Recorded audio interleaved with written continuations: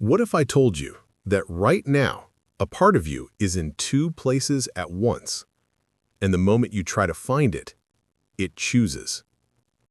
Stay tuned, because by the end of this video, you'll never look at reality the same way again. You're here. I'm here. The floor beneath you feels solid. When you drop your phone, it falls. Every single time. The moon doesn't vanish when you close your eyes.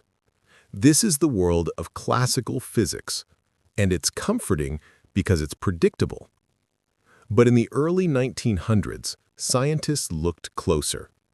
Much, much closer. And what they found beneath everything was a world that didn't just bend the rules, it rewrote them entirely. They discovered quantum physics. And here's what terrifies me most. The more I learn about it, the less certain I am about anything. Because this isn't a world of facts. It's a world of maybes.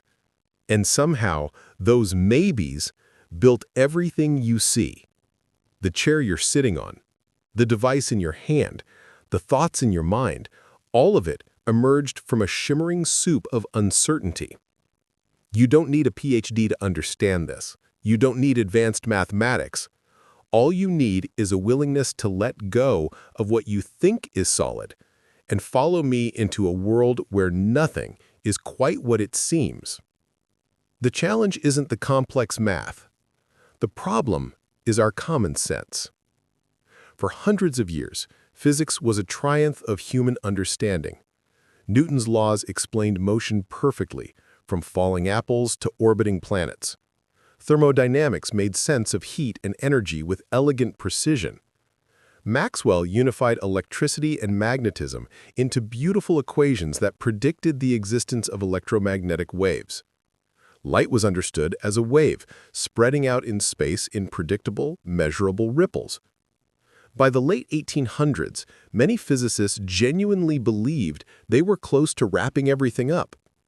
Lord Kelvin, one of the most respected physicists of his time, famously declared that physics was essentially complete, with just two small clouds on the horizon that needed clearing up. Those two small clouds turned out to be Category 5 hurricanes that would demolish the entire edifice of classical physics and force us to rebuild our understanding of reality from the ground up.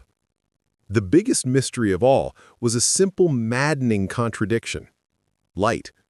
Was it a wave spreading out in ripples across space like sound waves or ocean waves? Or was it a particle, a tiny bullet of energy flying through the void? Common sense tells us it has to be one or the other.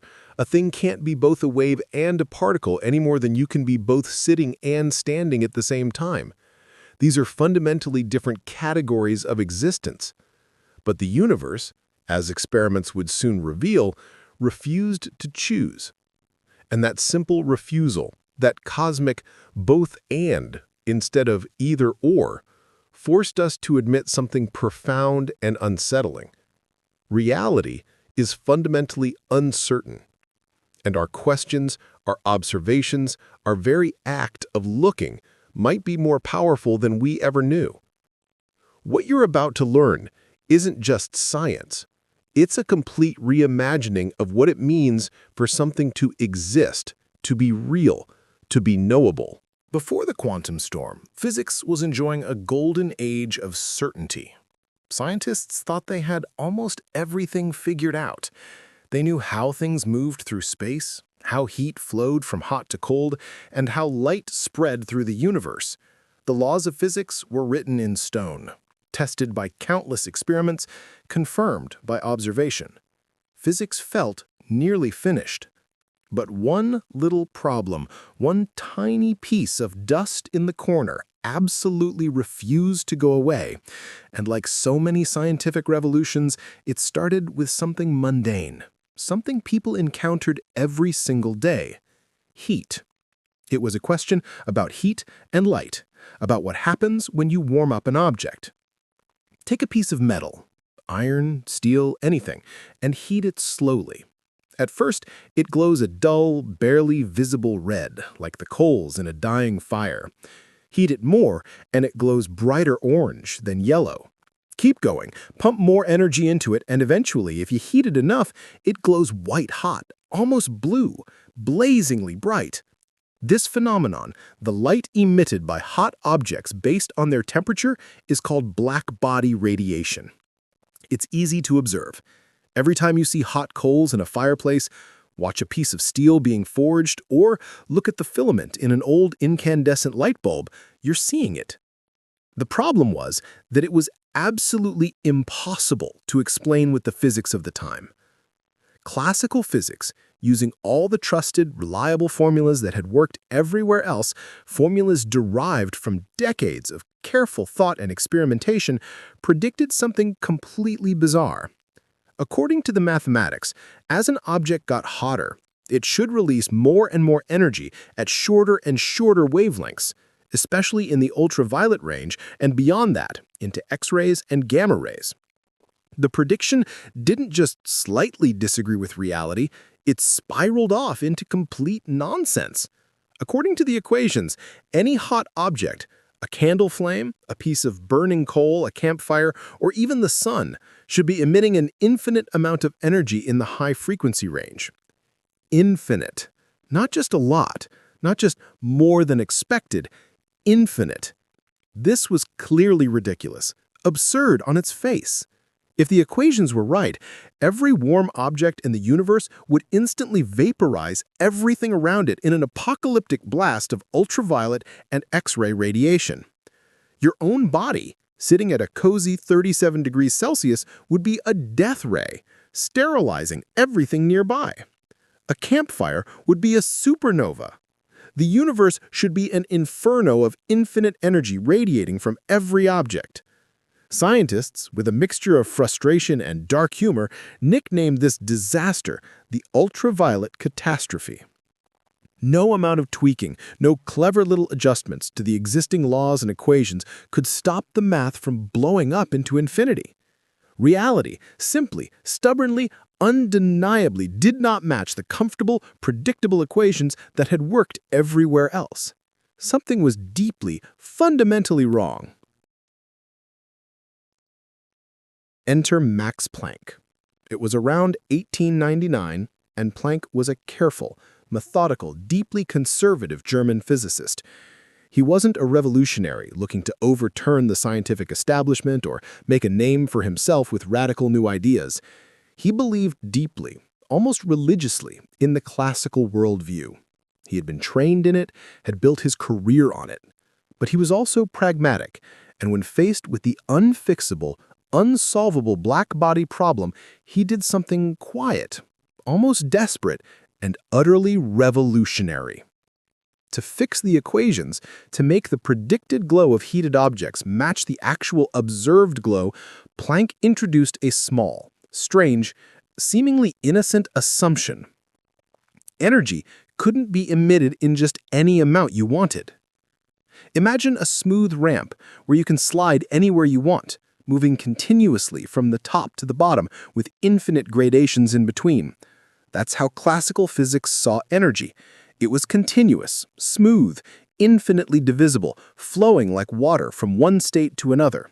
You could have 1 joule of energy, or 0.5 joules, or 0.25 joules, or 0.00001 joules, any amount at all, as finely divided as you wished. Planck said no. He said energy was more like a staircase, not a ramp. You can stand on the first step, the second step, the third step, but you absolutely cannot stand halfway between steps. You can only move in discrete, tiny, indivisible packets, like coins that you can't split in half. Energy, he proposed, came in tiny bundles. He called these bundles quanta, singular, quantum, from the Latin word meaning how much. This was a dramatic, radical break from the smooth, continuous flow of energy that everyone had believed in for centuries. Now energy arrived in steps, little quantum jumps, discrete chunks. You couldn't have 1.5 quanta of energy any more than you could have 1.5 coins in your pocket. Planck even introduced a fundamental constant, a new number in the vocabulary of physics, to describe the size of these packets. This number, now known as Planck's constant and represented by the letter h, was unimaginably small, approximately 6.626 times 10 to the negative 34th joule seconds. It's so tiny that its effects only matter at the atomic scale, invisible in our everyday world. In our human scale experience, the steps are so small they appear continuous, like a staircase with steps one atom high, but mathematically, conceptually, fundamentally, they were there. Discrete, quantized, real. And when Planck plugged this idea, this quantization of energy, into his equations for black body radiation, something almost miraculous happened. The infinite energy problem vanished, just disappeared. The math suddenly beautifully worked. It matched the real world perfectly, predicting the exact spectrum of light emitted by heated objects at any temperature. The predicted curves matched the experimental data point for point. Planck had solved the ultraviolet catastrophe. Yet, remarkably, astonishingly, Planck himself wasn't convinced his solution was real. He saw it as a mathematical trick, a clever but artificial way to force the numbers to behave, not a deep truth about the actual physical universe. He fully expected, even hoped, that some future genius would come along and find a smooth, classical, continuous explanation that didn't require such odd, unnatural, discontinuous jumps in energy. He published his solution in December 1900. Almost apologetically, as a temporary patch, a placeholder until someone found the real answer. What he couldn't have known, what no one could have known, was that his trick was the first match lit in a slow-burning fire that would eventually consume all of classical physics. His radical idea that energy comes in discrete packets, in quanta, laid the essential groundwork for quantum theory. Every bizarre principle that came after, every mind-bending experiment, every philosophical puzzle traces its lineage directly back to this moment, to this humble assumption about energy coming in chunks. This beginning, tucked away in a quiet academic paper published at the turn of the century, didn't shout its importance. There were no headlines, no celebrations, no immediate recognition of its revolutionary nature. It was just a small constant, a new way of thinking about energy, and a curious mathematical fix for a problem that had refused to go away. But from that point on, physics would never be finished again. The universe had whispered its first quantum secret. Reality is not continuous.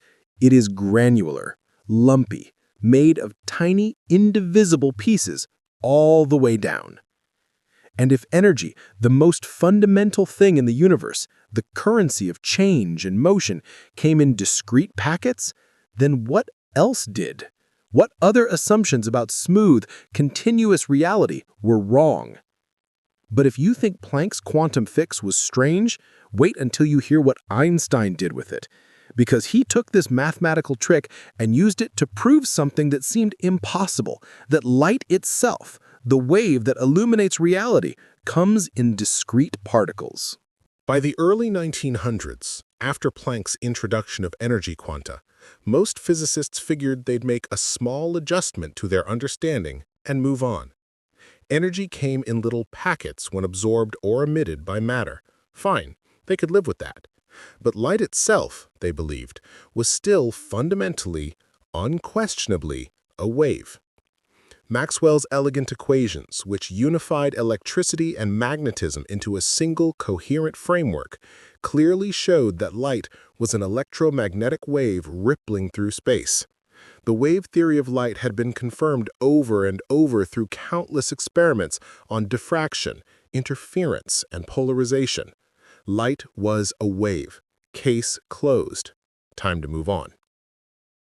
But then came a new experimental riddle, a tricky little inconsistency involving metal, light, and some very surprising refusals to cooperate with theory. It was called the photoelectric effect, and it worked like this. If you shine light on certain metal surfaces, electrons can be ejected from that metal, knocked free and sent flying. You can collect these electrons as an electric current. Simple enough, right? Light delivers energy to the metal, and that energy kicks electrons out. This was the basis for early light meters and later for solar cells and many other technologies. The expectation, based entirely on the well-established wave theory of light, was straightforward and logical. Light is a wave. Waves carry energy spread out across their wavefront. The bigger, more intense the wave, the brighter the light, the more energy it carries. Therefore, increasing the brightness of the light, making the wave bigger and more energetic, should increase the energy transferred to the electrons, making them fly out faster and with more kinetic energy. A bright light should knock electrons out with high energy and high speed. A dim light should knock them out slowly with less energy. That's what every physicist expected. That's what the theory predicted. But that's not what happened in the experiments. Not even close. Scientists found something truly, deeply strange. Shining a brighter light on the metal didn't necessarily make the electrons fly out with more energy. In fact, the brightness of the light, its intensity, seemed almost completely irrelevant to the kinetic energy of the ejected electrons. What mattered, above everything else, was the frequency of the light, its color, whether it was red or blue or violet. Here's the really weird, confounding part. If the light was below a certain frequency, say deep red light or infrared, even an incredibly blindingly bright beam would do absolutely nothing. 0 electrons were ejected.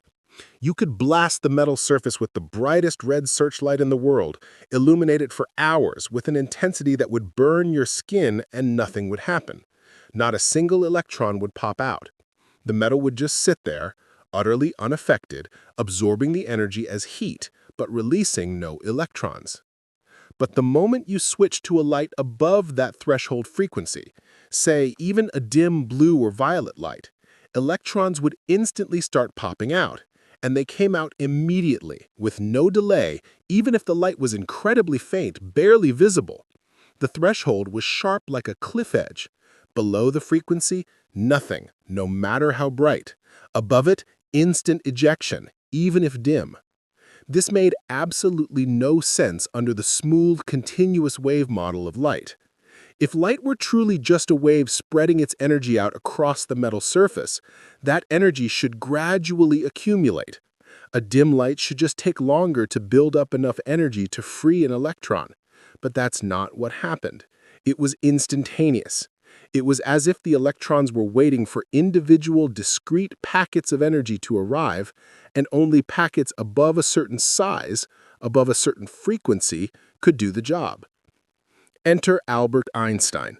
In 1905, during what's often called his miracle year, a year in which he also published his theory of special relativity and his groundbreaking work on Brownian motion, Einstein published a paper that explained the photoelectric effect by making a proposal so bold, so radical, it bordered on heresy in the physics community. What if light wasn't just a wave? What if, under certain circumstances, it behaved like a stream of particles? Einstein took Planck's quantum hypothesis, this idea that energy comes in discrete packets, and ran with it in a direction even Planck himself hadn't dared to go. He suggested that light itself was made of individual, tiny, concentrated packets of energy, discrete bundles he called quanta of light. These would later be named photons by chemist Gilbert Lewis in 1926. These weren't like a continuous wave spreading out gracefully across space. They were like little bullets or marbles, concentrated punches of energy flying through the void. Crucially, each photon carried a specific, definite amount of energy, and that energy was determined entirely by the light's frequency, its color, using Planck's constant, E equals hf, where E is energy, h is Planck's constant, and f is frequency. High-frequency light, blue, violet, ultraviolet, has high-energy photons. Low-frequency light, red, infrared, has low-energy photons. Think of it like this, using a visual metaphor that helped me finally understand it. An electron is stuck to the metal surface, held there by electrical forces. like a tiny golf ball sitting at the bottom of a small, shallow sand pit. To get it out, to free it from the metal, you need to deliver enough energy in one concentrated hit. You need a single, solid punch that overcomes the binding energy holding it in place. Low-frequency light, red light, produces photons that are individually too weak, too low energy. Each photon is like throwing a ping-pong ball at the golf ball in the sandpit. It doesn't matter how many ping-pong balls you throw or how fast you throw them, how bright you make the light. None of them have enough individual punch to knock the golf ball out of the pit. You could throw 1 billion ping-pong balls, one after another, and the golf ball stays stuck. No amount of brightness helps because each individual photon is below the energy threshold. High-frequency light, blue or violet light, produces photons that are individually energetic enough. Each photon is like throwing a bowling ball at the golf ball. Even if you only throw one bowling ball, even if the light is dim, it has enough concentrated energy in that single impact to knock the golf ball free. The electron pops out instantly, even from a very dim blue light, because each individual photon carries enough energy. This explanation was revolutionary, shocking, and deeply controversial. Einstein wasn't just tweaking the existing theory, he was fundamentally challenging the nature of light itself. His idea didn't deny the wave nature of light. That was too well established. Light clearly did diffract around corners, interfere with itself to create colorful patterns, and behave like a wave in countless experiments. Instead, Einstein proposed something far stranger, one of the most mind-bending, paradigm-shattering concepts in all of physics: wave-particle duality. Light, he said, was both a wave and a particle, simultaneously. It could act like one or the other, depending on the situation, depending on how you chose to observe it or interact with it. When light travels through space, spreading out, diffracting around obstacles, creating interference patterns, it acts like a wave. But when light interacts with matter, when it's absorbed by an atom or ejects an electron from a metal surface, it acts like a particle, delivering its energy in a discrete, localized punch. This duality challenges the very categories, the very mental boxes we use to describe our world. In the classical everyday world of bowling balls and ocean waves, things are fundamentally either one or the other. A baseball is a particle, a localized object. A sound wave or ocean wave is a wave, spread out and diffuse. They're different types of things, different categories of existence. You can't be both. But the quantum world refuses to be boxed in by our classical either-or thinking. Light, the very thing that illuminates our reality and allows us to see, is a shimmering paradox, a both-and. It spreads and ripples like an elegant wave, but it delivers energy in discrete, concentrated particle-like punches. Einstein's explanation was so precise, so completely and perfectly in line with every detail of the experimental results, that in 1921 he received the Nobel Prize in Physics for this work, not for his far more famous, far more revolutionary theory of relativity, but for this explanation of the photoelectric effect. The Nobel Committee was more comfortable rewarding work that had clear, undeniable experimental confirmation. The universe, it turned out, was starting to play dice, and even though Einstein himself would later famously resist and fight against this idea for the rest of his life, his famous quote, "God does not play dice with the universe," his own work in 1905 was a crucial, indispensable step in opening the cosmic casino. Light came in quanta, it danced as a wave, it collided like a particle. And the universe, reality itself, would never be the same. But there was still a profound, nagging question hanging in the air. If light, pure energy, the massless wave that fills the cosmos, could be both particle and wave, what about matter? What about electrons, protons, atoms, the solid building blocks of everything we touch? Could a particle, a thing with mass, ever act like a wave? Could an electron spread out, ripple, interfere with itself? The answer came a few years later from a young French graduate student, and when it did, it shattered the last remnants of the classical worldview. But before we get there, we need to talk about the experiment that reveals the deepest, most unsettling mystery of quantum mechanics.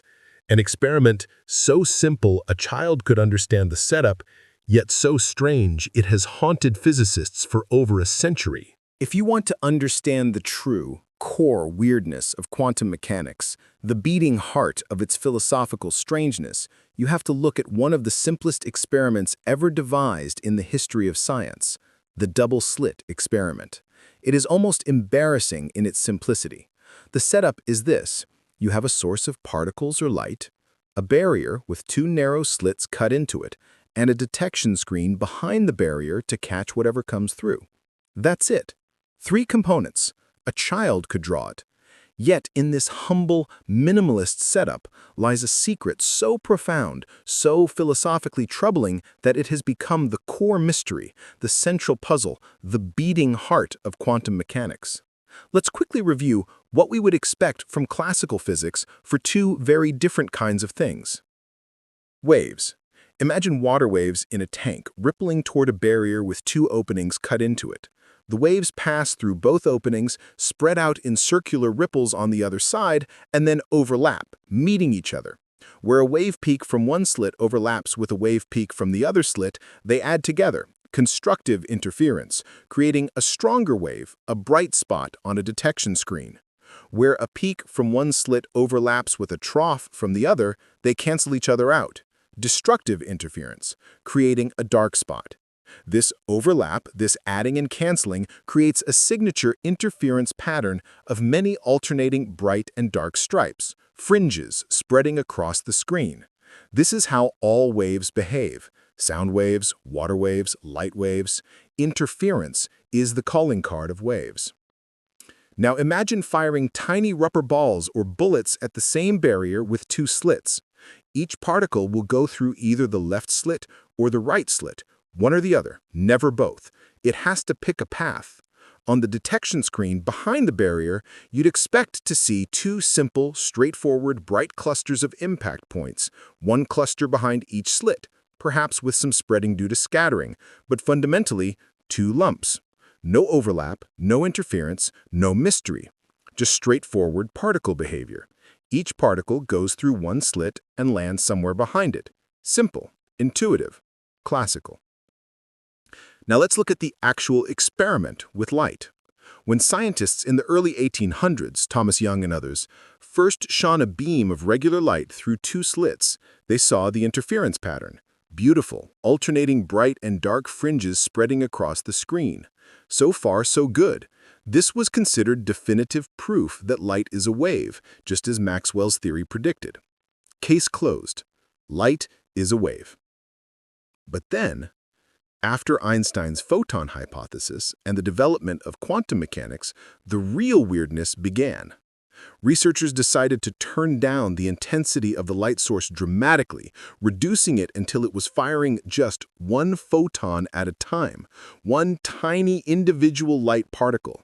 Imagine sending these photons one by one toward the slits, with gaps between them like bullets from a very slow gun.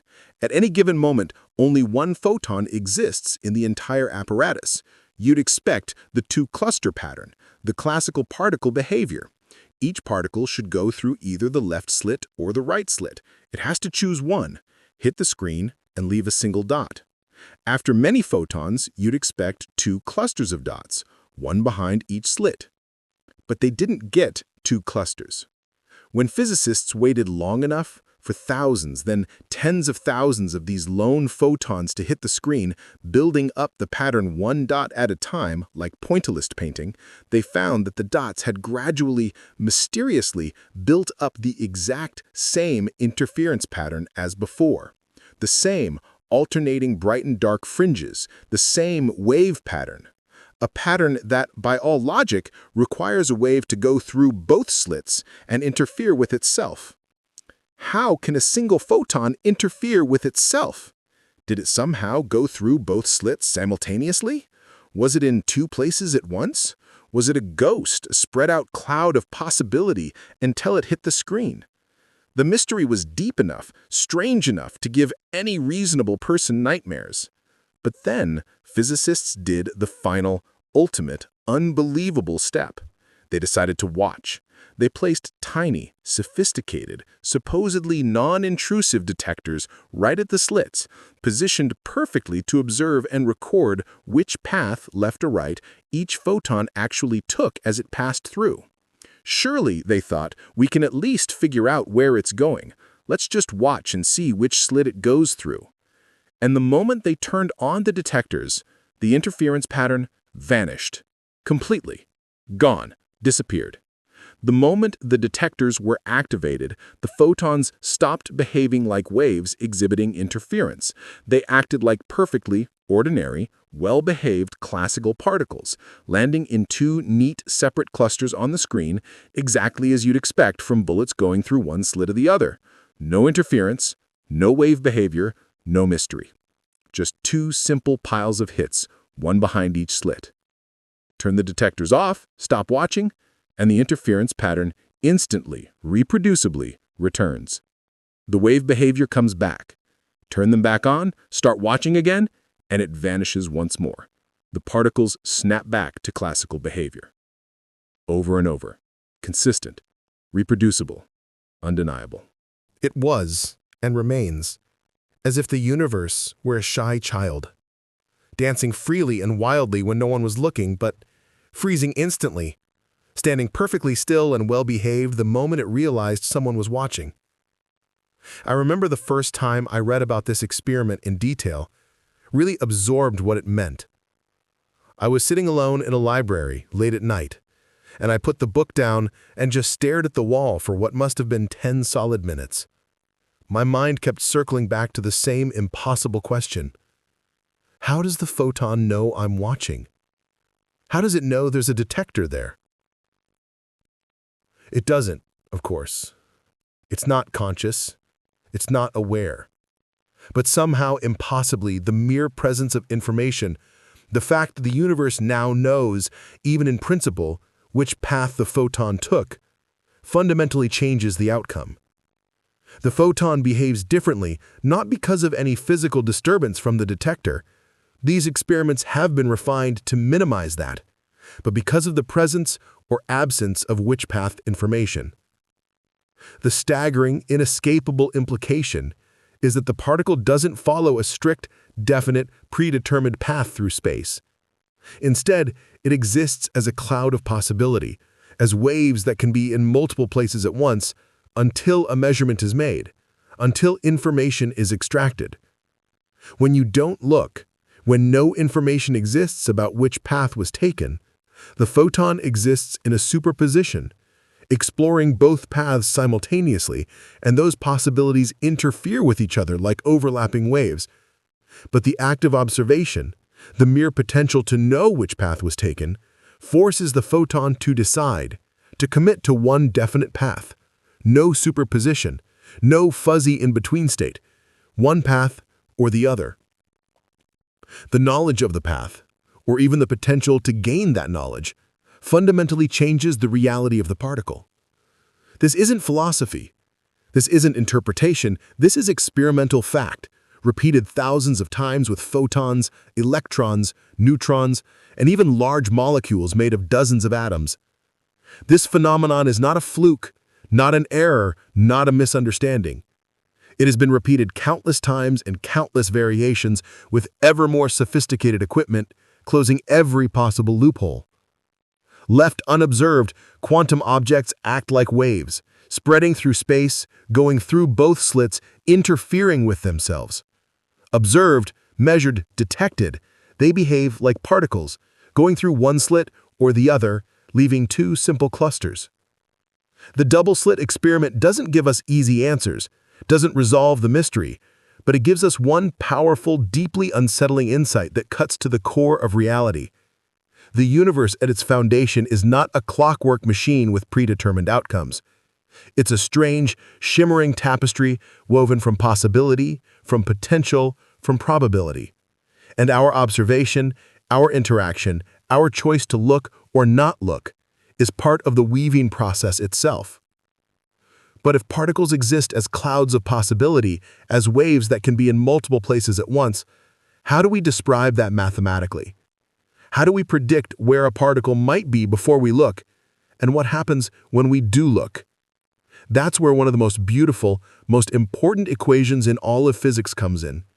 Schrödinger's equation and the strange, probabilistic object it describes, the wave function. If the double-slit experiment is the face of quantum weirdness, the visible, dramatic demonstration that captures public imagination, then Schrödinger's equation is its quiet, elegant heart, the mathematical pulse beneath everything. Don't let the word equation intimidate you or make you think this will be a math lecture. It won't be. This equation is not just a formula. It's a key, a Rosetta Stone, a translator. It's the language the universe uses at the quantum level to describe things that aren't quite solid yet, things that haven't decided what they are. In the 1920s, after all the mounting strangeness with light acting like particles and the growing evidence that matter might act like waves, physicists desperately needed a new kind of mathematics, a new framework. The old Newtonian laws that described how a tennis ball flies through the air, how a planet orbits a star, or how a pendulum swings just didn't work, didn't apply for particles that behaved like probability ghosts, spreading out across space like fog. Classical mechanics dealt with certainties, definite positions, definite speeds, definite trajectories. But quantum mechanics needed to deal with maybes, with probabilities, with multiple overlapping possibilities existing simultaneously. In 1926, Erwin Schrödinger, an Austrian physicist with a deep background in wave theory and mathematics, proposed a revolutionary new equation that described not just how particles moved through space, but how their wave functions evolved, changed, and rippled over time. This equation became the foundation, the bedrock of quantum mechanics. It's the tool physicists use to predict the behavior of quantum systems, from single electrons orbiting atoms to complex molecules, to the behavior of materials in your smartphone. The key concept at the heart of this equation is the wave function, usually represented by the Greek letter psi, pronounced psi. Forget the symbols, the Greek letters, the mathematical notation for a moment. Think of the wave function as a mathematical whisper, an invisible field of information that fills space and holds everything you can possibly know about a quantum system. Its position, its momentum, its energy, its spin. But here's the crucial mind-bending part. What the wave function whispers to you isn't a hard fact, isn't a definite answer. It's a probability. If classical physics were painting a picture of an electron orbiting an atomic nucleus, it would draw a neat little solid dot with a precise position and an arrow showing its exact velocity and direction. It would say, confidently, the electron is here, right at this point, moving at this exact speed in this exact direction. Schrödinger's quantum world paints something completely, fundamentally different. A hazy, rippling, spreading cloud of probability. This cloud, the wave function, doesn't point to one spot and say, here. Instead, it says, the electron is likely to be here, where the cloud is thick and bright, but it could also be over there, where the cloud is thinner and fainter. And there's even a small non-zero chance it's way over here, where the cloud is very faint, almost transparent. The electron isn't located at one specific point in space. It's smeared out, spread across all its possible positions simultaneously. It exists in a superposition of many positions at once, and the wave function tells you the relative probability of finding it in any particular location if you choose to look. Schrödinger's equation, the actual mathematical formula itself, lets us evolve this cloud of probability forward in time. It shows us how the possibilities shift, flow, ripple, spread, and interact with the environment, with forces, with other particles. The equation itself is smooth, continuous, and deterministic in a sense. If you know the wave function at one moment, you can calculate precisely what it will be at any future moment. It predicts what could happen, not what will happen. And then when we perform a measurement, when we force the issue, when we build a detector and ask the universe, "Where are you? Show yourself, give me an answer," the wave function collapses. The hazy cloud disappears, vanishes, evaporates. All the possibilities condense instantly into a single, definite answer. Here it is, right here. This is where the electron is. A single, bright dot on a detector screen. A single location in space, but only after we have looked. Before that moment, the particle genuinely was spread out across all those possibilities. This wave-based view of reality, this probabilistic picture, is incredibly powerful and successful. Physicists use Schrödinger's equation to explain and predict everything from the detailed structure of atoms and molecules to the behavior of semiconductors in computer chips, from chemical bonds and reactions to the properties of lasers and superconductors. One of the equation's most beautiful, most historically important successes was explaining the structure of the hydrogen atom, the simplest atom in the universe, with just one proton in the nucleus and one electron orbiting around it. Before quantum mechanics, before Schrödinger, no one could truly, fundamentally explain why electrons settle into specific, stable shells or orbitals around the nucleus, instead of spiraling inward and crashing into the proton like a satellite losing altitude and burning up in atmosphere. Atoms, according to classical physics, should be unstable, collapsing instantly. Matter shouldn't exist. Chemistry shouldn't be possible. Schrödinger's equation solved this profound mystery elegantly. It showed that electrons aren't whizzing around the nucleus like miniature planets orbiting the sun, following definite circular or elliptical paths. Instead, they form standing waves, stable patterns of probability that don't change over time.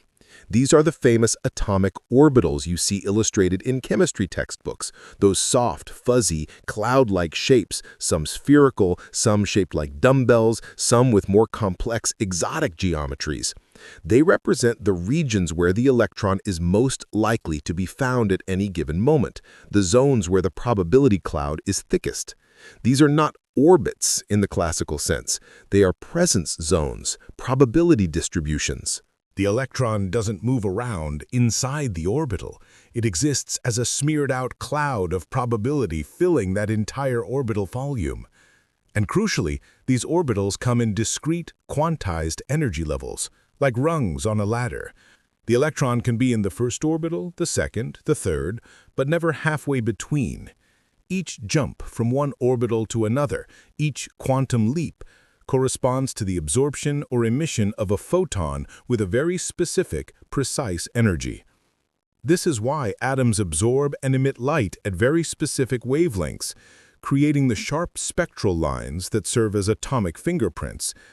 Yet, despite its tremendous power and extraordinary success, the wave function remains profoundly abstract, almost ghostly. You can't hold a wave function. You can't see it or touch it or photograph it. It's not made of matter or energy. It's pure mathematical structure, a complex valued function that lives in an abstract mathematical space, not an ordinary three-dimensional space. Even Schrödinger himself had deep reservations and mixed feelings about what his equation actually meant. He gave us the mathematics of the quantum wave, the precise tool for calculating probabilities, but he deeply disliked, almost hated, the dominant interpretation that particles didn't have definite properties, definite positions, definite speeds, until someone observed them. He found the implications philosophically disturbing, almost offensive to his intuition about how reality should work. In fact, this deep discomfort and philosophical resistance led Schrödinger to create his most famous contribution to popular culture, not his equation, but his thought experiment, Schrödinger's cat. He invented this scenario in 1935 specifically as a critique, as a reductio ad absurdum argument intended to show how absurd, how ridiculous it was to apply the rules governing electrons and photons to everyday macroscopic objects like living cats. He was essentially saying to his colleagues, look, if we take this quantum superposition seriously and apply it to large objects, we get nonsense. Obviously, the cat is either alive or dead, even if we haven't looked. Quantum mechanics can't possibly be the whole story. But ironically, tragically for Schrödinger's intentions, the image stuck and became iconic precisely because it captured the essence of quantum indeterminacy in an unforgettable, visceral, emotionally charged way. It forced people to confront the question that lies at the very heart of quantum mechanics. What are we allowed to say about the world, about reality, before we've looked, before we've measured, before we've interacted? And quantum mechanics, in its standard interpretation, gives an answer that still makes people uncomfortable a century later. All possibilities are present, coexisting, overlapping, equally real in some sense, until observation forces a choice. Still, despite all the philosophical discomfort, despite all the interpretive puzzles, Schrödinger's equation works. It has predicted time and time again, experiment after experiment, the behavior of the very small with absolutely stunning, almost unreasonable accuracy. It has been tested in thousands upon thousands of different situations and has never, not once, been found to give a wrong prediction when applied correctly. In a world, in a human culture, that often demands sharp, clear, black and white answers, yes or no, here or there, true or false, Schrödinger offered something gentler, softer, more nuanced, a shimmer of maybe, a pulsing field of could be, a softly glowing guide to what might happen. At the tiniest scales of reality, where atoms dance and electrons ripple, certainty is a luxury we don't get, not a birthright, not a rule.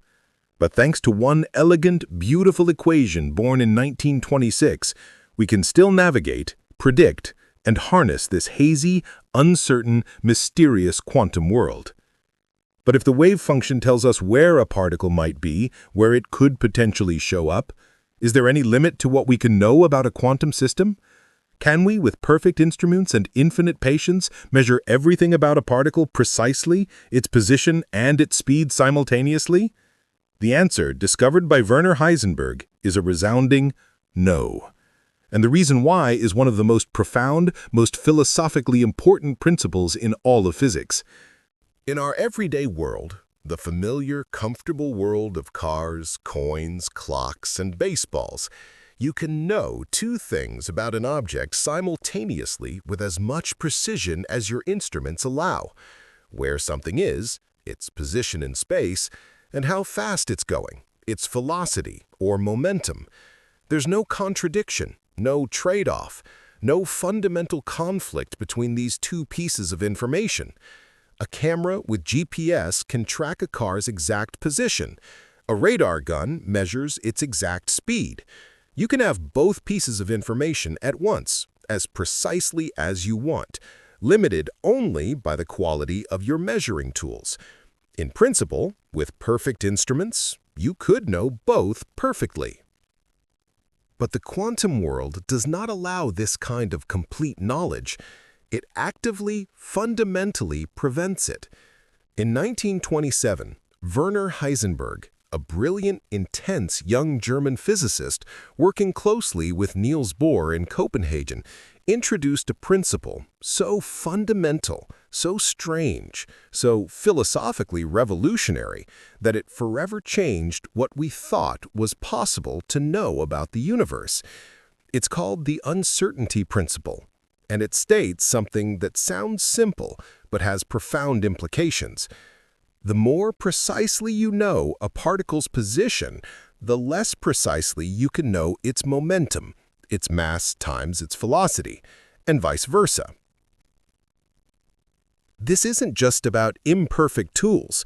It's not about needing better cameras, more sensitive detectors, steadier hands, or more careful experimental technique. The uncertainty isn't in our instruments. The uncertainty isn't due to human clumsiness or technological limitations. The uncertainty is woven into the very fabric of the universe itself.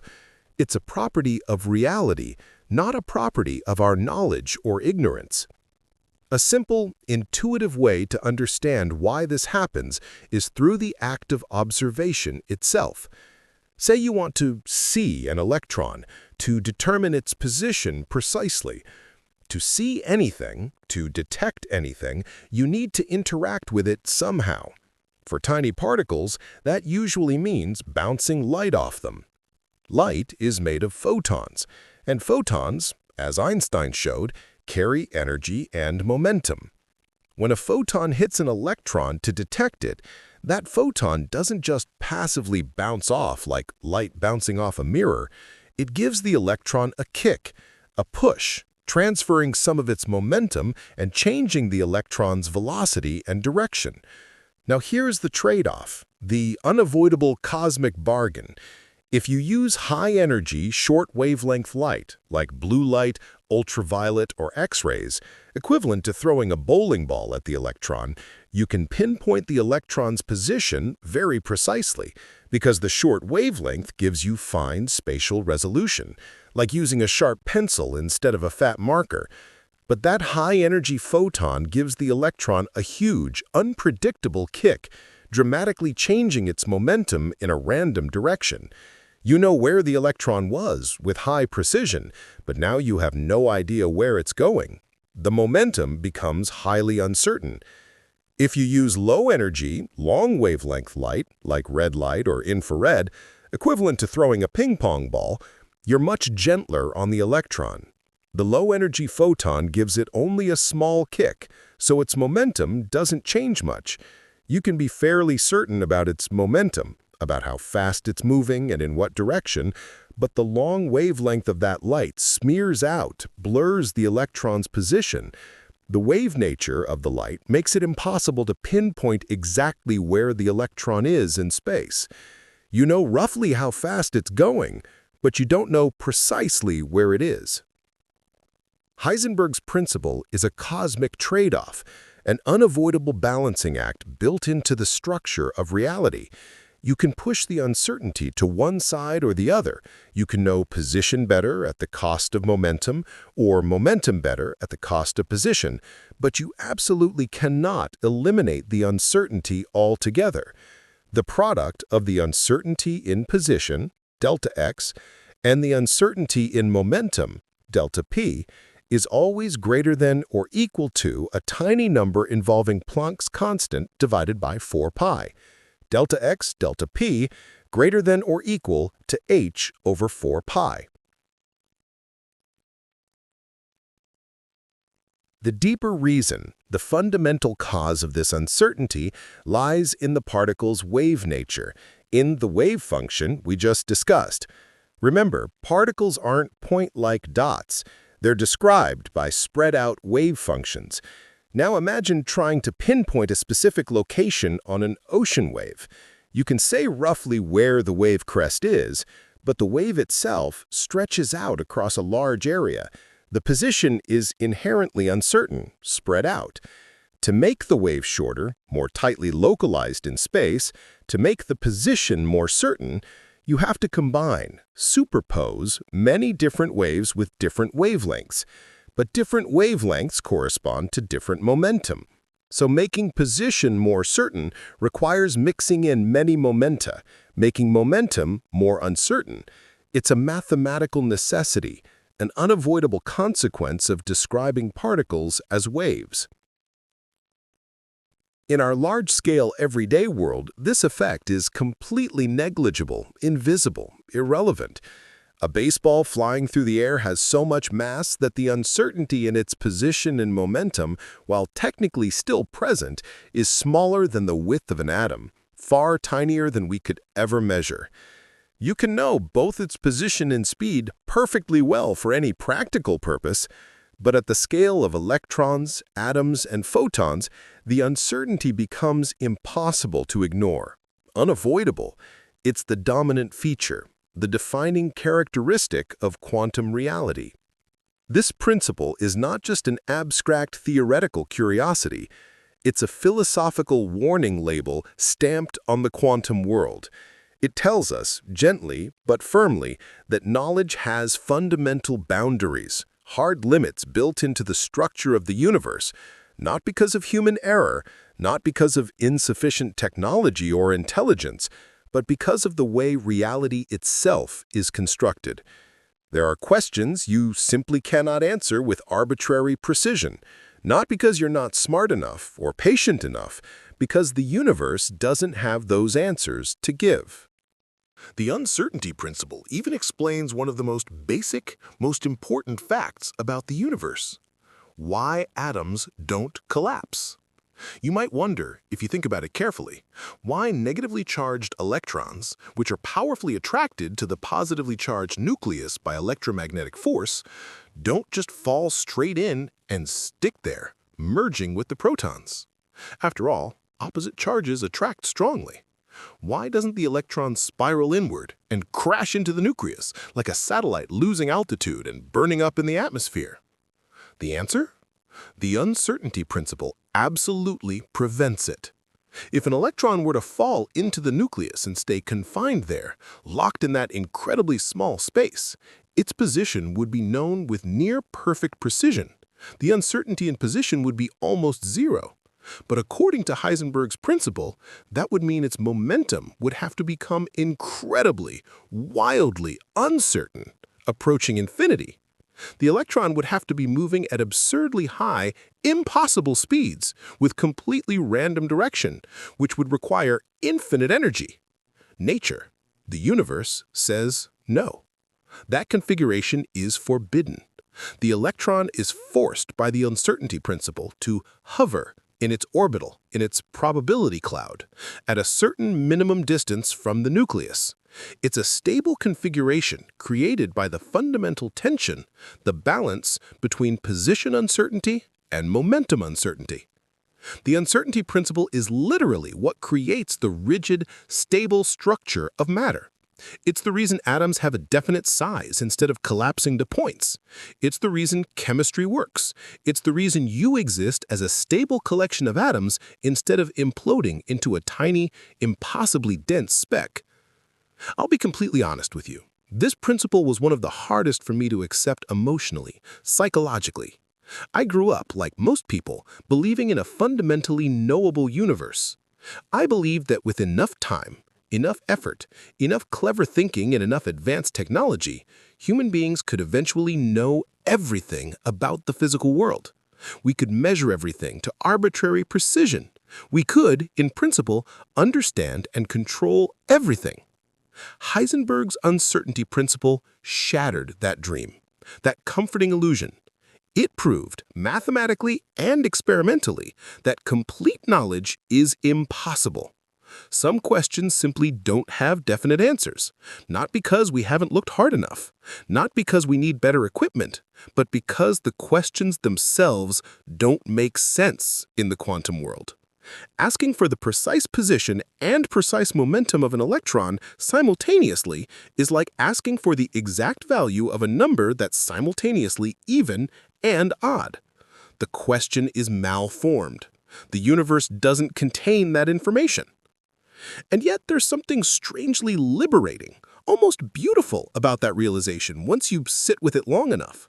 So much of science, so much of human intellectual effort is about finding certainty, nailing things down, removing doubt and ambiguity. We want solid ground beneath our feet, clear answers, black and white. But Heisenberg's insight, his biff to us, flipped that goal on its head. He showed us that some aspects of nature will always remain just slightly out of reach, existing in a kind of structured ambiguity, a graceful, irreducible fuzziness that can never be completely wiped away no matter how hard we try. It's not chaos. It's not randomness in the sense of anything goes. It's a blur, a softness, a quantum fuzziness that has precise mathematical rules and structure.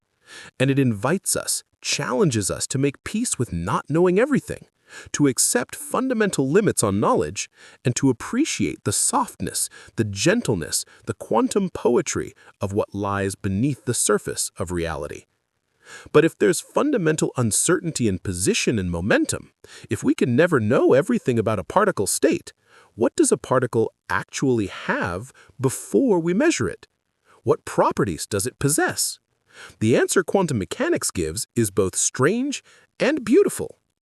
It has all possibilities at once, existing in a blended state called superposition. In the world you experience every single day, in the familiar classical realm of medium-sized objects at room temperature, things are fundamentally binary, digital, either or. A coin lands heads or tails, never both. A light switch is on or off, never simultaneously both. A door is open or closed. A piece of toast is either burnt or perfect. A cat is alive or dead. This tidy, clean division of states into distinct, mutually exclusive categories is a staple of classical logic, of everyday reasoning, of how we naturally think about the world. Things are one way or another, never both at once. But in the quantum realm, at the scale of atoms and photons, this neat division breaks down completely, shatters into something far stranger and more wonderful. Objects at the smallest scales don't choose a side, don't commit to one state or another. They can hover in a strange, shimmering in-between state, a blend, a superposition of all possible outcomes. This is the realm of quantum superposition, and it's one of the most counterintuitive, most philosophically challenging concepts in all of science. Imagine that spinning coin again, tumbling through the air after you flip it. In the classical world we're all familiar with, once the coin leaves your thumb and is tumbling through the air, its fate is already sealed. It is secretly, invisibly already either heads or tails. Which one it will land on is determined by the initial conditions, by the force of your thumb flip, by the coin's rotation, by air resistance and gravity. You just don't know which outcome it is yet because you haven't looked. The information is hidden from you, but it exists. The coin has a definite state. You're just ignorant of it. It's like a mystery box with a definite answer sealed inside, waiting to be revealed. In the quantum world, if you somehow manage to flip a truly quantum coin, it doesn't secretly land on one side while you're not looking. It doesn't hide information from you. Instead, it enters a genuine state of superposition, a weighted, blended combination of both heads and tails existing simultaneously, at the same time, in the same coin. It's not undecided in the sense of, I haven't made up my mind yet, or I'm flip-flopping between options. It is genuinely, physically, mathematically, in the only way that makes sense quantum mechanically, both. The quantum coin exists in a state that is 50% heads and 50% tails, and both outcomes, both possibilities, are equally real, equally present, equally actual, until you observe it, until you look, until you interact with it. Only when you observe the coin, when you check to see what state the system is in, when you measure it, does the superposition collapse. The blended state snaps, crystallizes into a definite outcome. The quantum coin chooses a face, commits to heads or tails, and your measurement, your observation, becomes real, definite, recorded. Before you looked, it wasn't just unknown to you, it genuinely was both. Both possibilities coexisted in the quantum state. Superposition is baked directly, fundamentally, into the wave function we discussed earlier. The wave function for a quantum particle is a mathematical expression, a complex valued function that holds all the probabilities for where the particle could be, its possible positions, how fast it could be moving, its possible momenta, what direction it could be spinning, its possible spin states, or any other measurable property you can think of.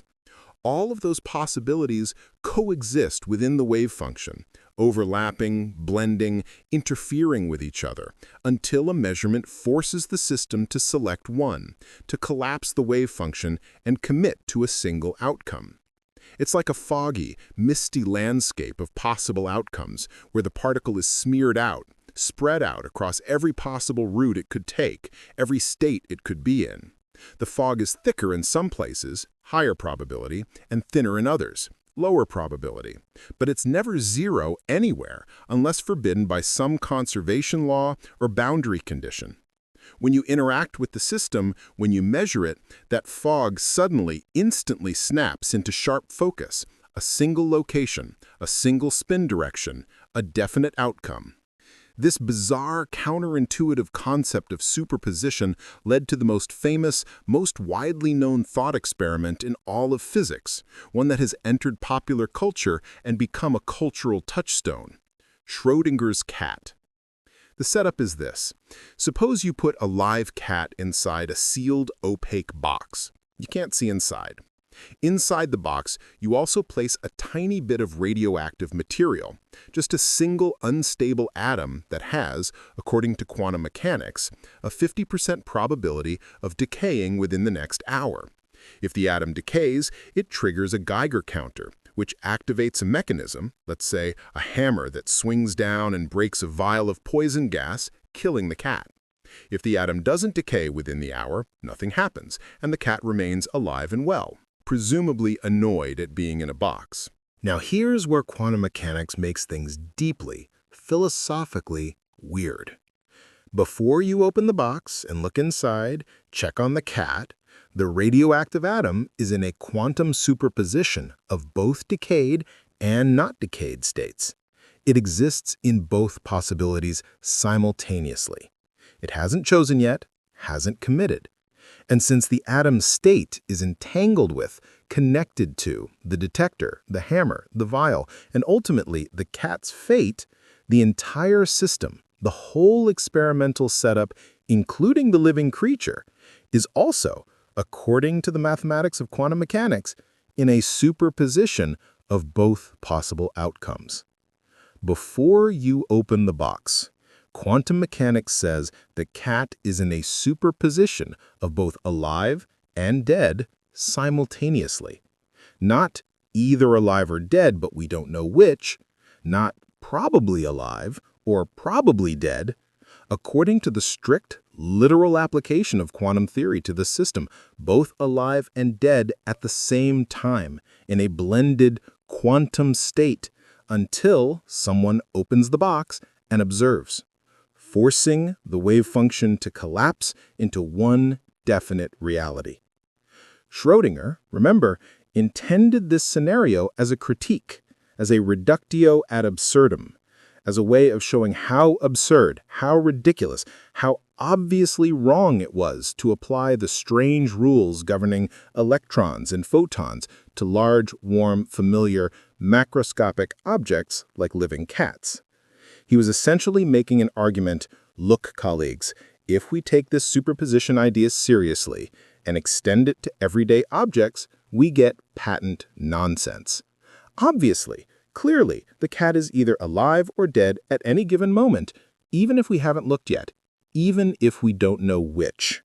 There must be something wrong or incomplete about quantum mechanics if it predicts this kind of absurdity. But the image stuck. It became iconic, mimetic, culturally resonant, precisely because, ironically, against Schrödinger's intentions, it captured the essence of quantum indeterminacy, the core strangeness of superposition, in an unforgettable, visceral, emotionally charged way. It forced people, scientists and non-scientists alike, to confront the central, unavoidable question that lies at the very heart of quantum mechanics, the question that still troubles philosophers and physicists today.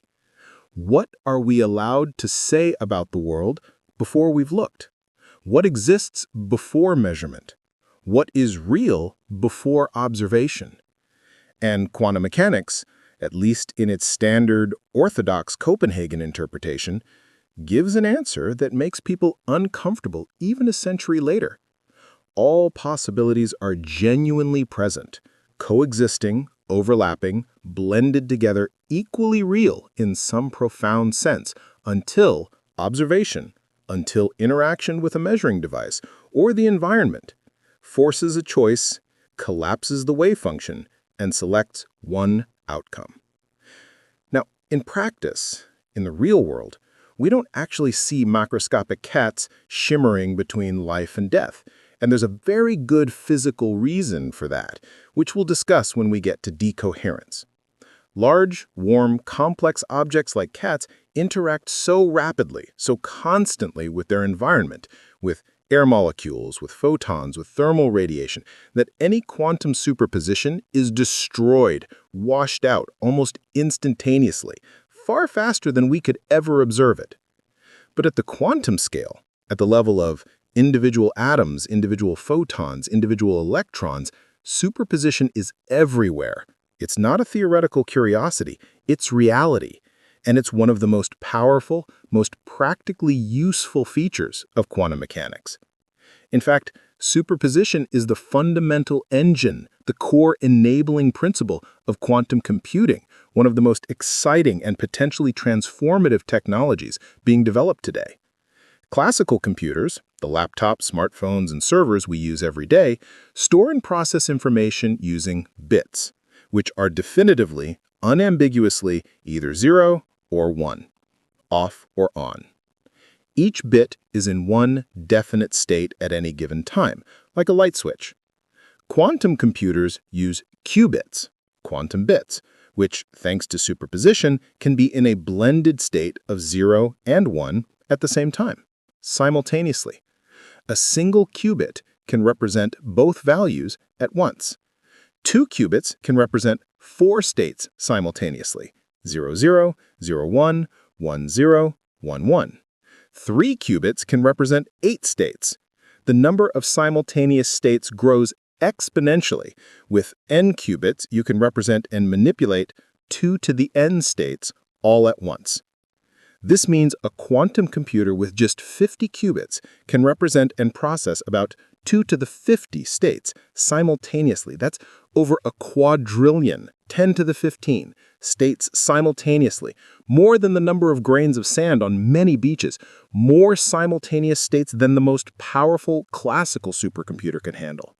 With 300 qubits, you'd have more simultaneous computational states than there are atoms in the entire observable universe. 2 to the 300 is unimaginably large. This exponential advantage allows quantum computers to explore millions, billions, or even trillions of potential answers to certain types of problems simultaneously, all at once, giving them the potential for absolutely enormous speedups in specific important areas, such as simulating complex quantum systems like molecules for drug discovery, material science, or understanding chemical reactions, optimizing huge complex networks like global supply chains, traffic systems, or financial portfolios, breaking certain encryption codes like RSA that protect much of current internet security, which has everyone worried and scrambling to develop quantum-resistant cryptography, searching large unsorted databases exponentially faster than classical algorithms. But superposition, despite its power, is incredibly, frustratingly fragile, like a soap bubble or a house of cards.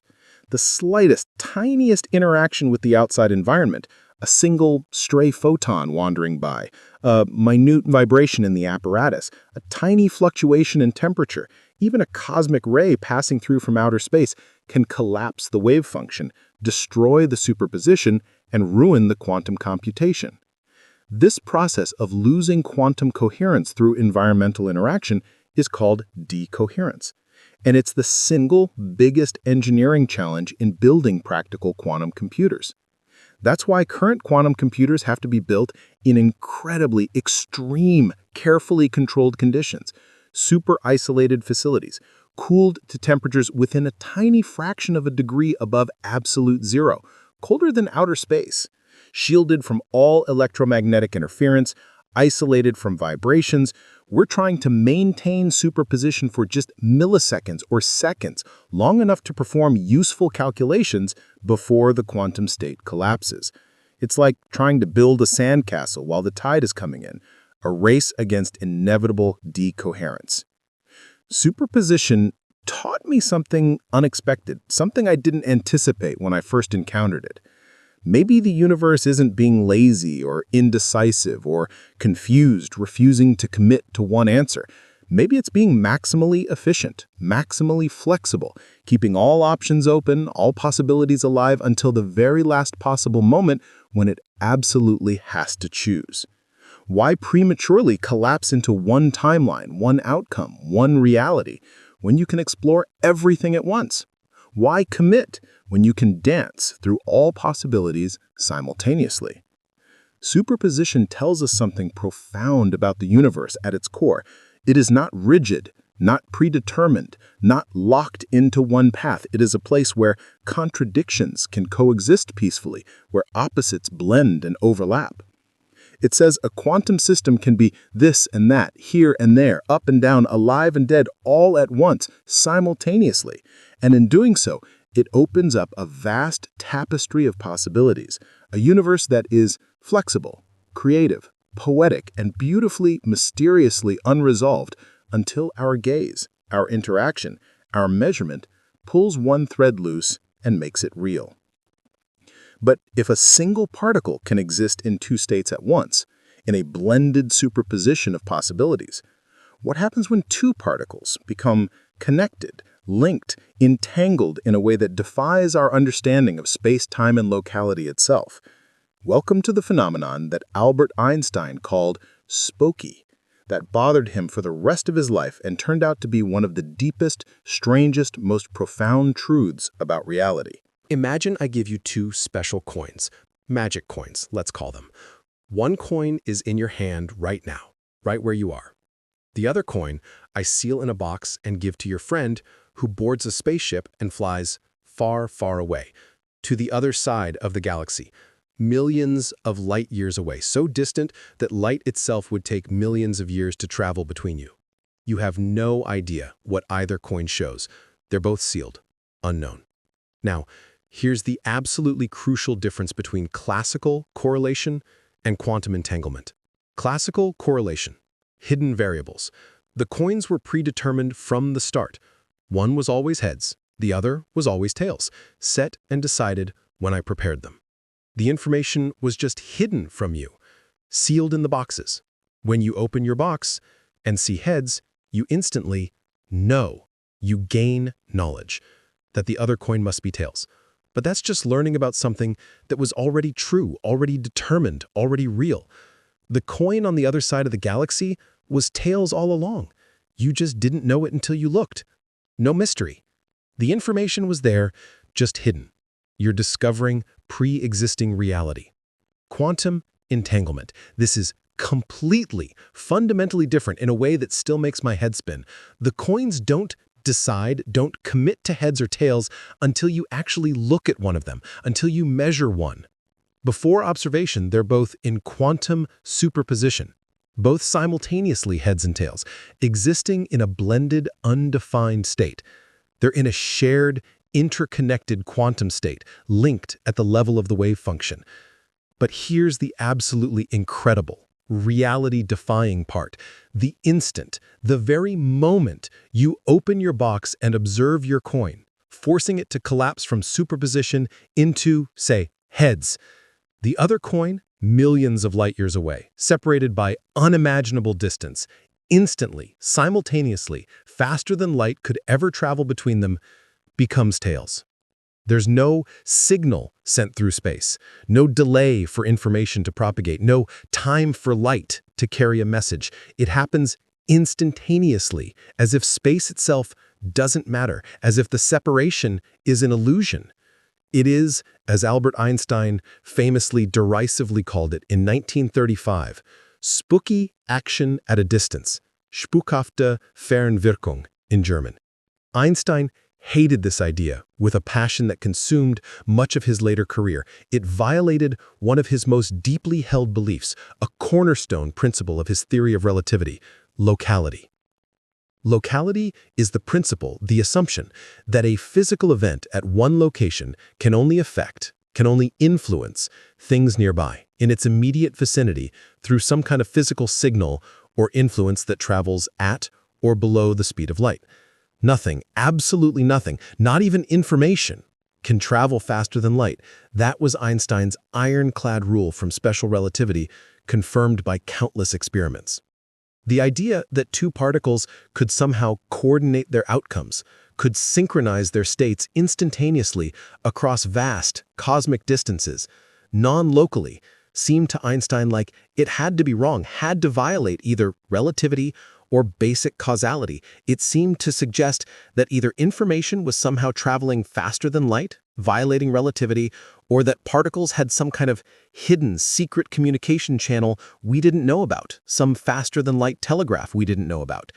Einstein himself, along with his colleagues Boris Podolsky and Nathan Rosen, wrote a famous, influential paper in 1935, now known as the EPR paradox after their initials, arguing passionately that entanglement proved quantum mechanics must be incomplete, must be missing something important. They proposed that there must be hidden variables, additional information, additional properties tucked behind the scenes that we couldn't measure yet, determining the outcomes all along, just like our classical pre-packed coins. The particles actually knew what they were going to be from the very beginning, from the moment of creation. We just couldn't see those hidden properties yet. Quantum mechanics was just an incomplete description, they believed, not the full story. But decades later, in 1964, Irish physicist John Bell designed a brilliant, elegant mathematical test, Bell's theorem, to distinguish experimentally between quantum mechanics with its genuine instant entanglement and local hidden variable theories, Einstein's preferred explanation. And when experiments were finally carefully carried out, starting in the 1970s and 1980s by physicists like John Clauser and Elaine Aspect, and refined many times since with increasingly sophisticated technology, closing every conceivable experimental loophole, they confirmed exactly what quantum theory had always predicted all along. Entanglement is real. It is not explainable by local, hidden variables. The particles genuinely, demonstrably act in ways that defy our classical, local, intuitive understanding of how separate objects should behave. Einstein, for all his genius, was wrong about this one. The universe really does have spooky action at a distance. Here's a real story, a modern experiment that gave me absolute chills when I first read about it. In 2017, Chinese scientists launched a sophisticated satellite called Mycius, named after an ancient Chinese philosopher, specifically designed to test quantum entanglement over unprecedented, record-breaking distances. They created pairs of entangled photons in space using equipment on the satellite, and then beamed one photon down to a ground receiving station in Vienna, Austria, and the other photon to a completely separate station in China, over 1,200 kilometers apart, separated by most of a continent, by mountains, by oceans, by the curvature of the Earth itself. Then they measured the properties of one photon and the other photon instantly, with no delay accounting for the speed of light reflected the opposite correlated property. The correlation was perfect, instantaneous, across 1,200 kilometers, and this experiment has been repeated hundreds, thousands of times now, with photons separated by satellites, by optical fibers running underground, by free space transmission. The results are always, consistently, undeniably, the same. Entanglement is real. It doesn't weaken with distance, doesn't fade, doesn't slow down. The spooky action persists perfectly whether the particles are a millimeter apart or a continent apart. So, the obvious question everyone asks, can we use this to send messages faster than light? Can we use entanglement for instant communication across space? The answer, fortunately for causality and the stability of physics, is no, we cannot. And here's why, which is subtle but crucial. While the connection, the correlation between entangled particles is instantaneous, the outcomes of measurements are fundamentally random. You can't control what result you get when you measure your particle. You can't force your particle to be vertically polarized to send a dot in Morse code, or force it to be horizontally polarized to send a dash. The outcome is random, probabilistic, determined by quantum chance. Since you can't control the message, can't encode information in something random, you can't send useful information faster than light. The particles are perfectly synchronized, mysteriously correlated, but they're not carrying messages. Causality is safe. Relativity is safe. You can't send lottery results backwards in time or warn your past self about bad decisions. What is truly strange, what keeps physicists awake at night pondering, is that this entangled link, this quantum connection, does not weaken with distance at all. Entangled particles have been separated by hundreds of kilometers using optical fibers and satellites, and the spooky action remains absolutely perfect. No matter the separation, across a lab bench, across a continent, across a solar system, or theoretically across a galaxy, the instantaneous correlation persists flawlessly, as if distance itself doesn't exist for the entangled state. The philosophical, metaphysical implications are staggering, profound.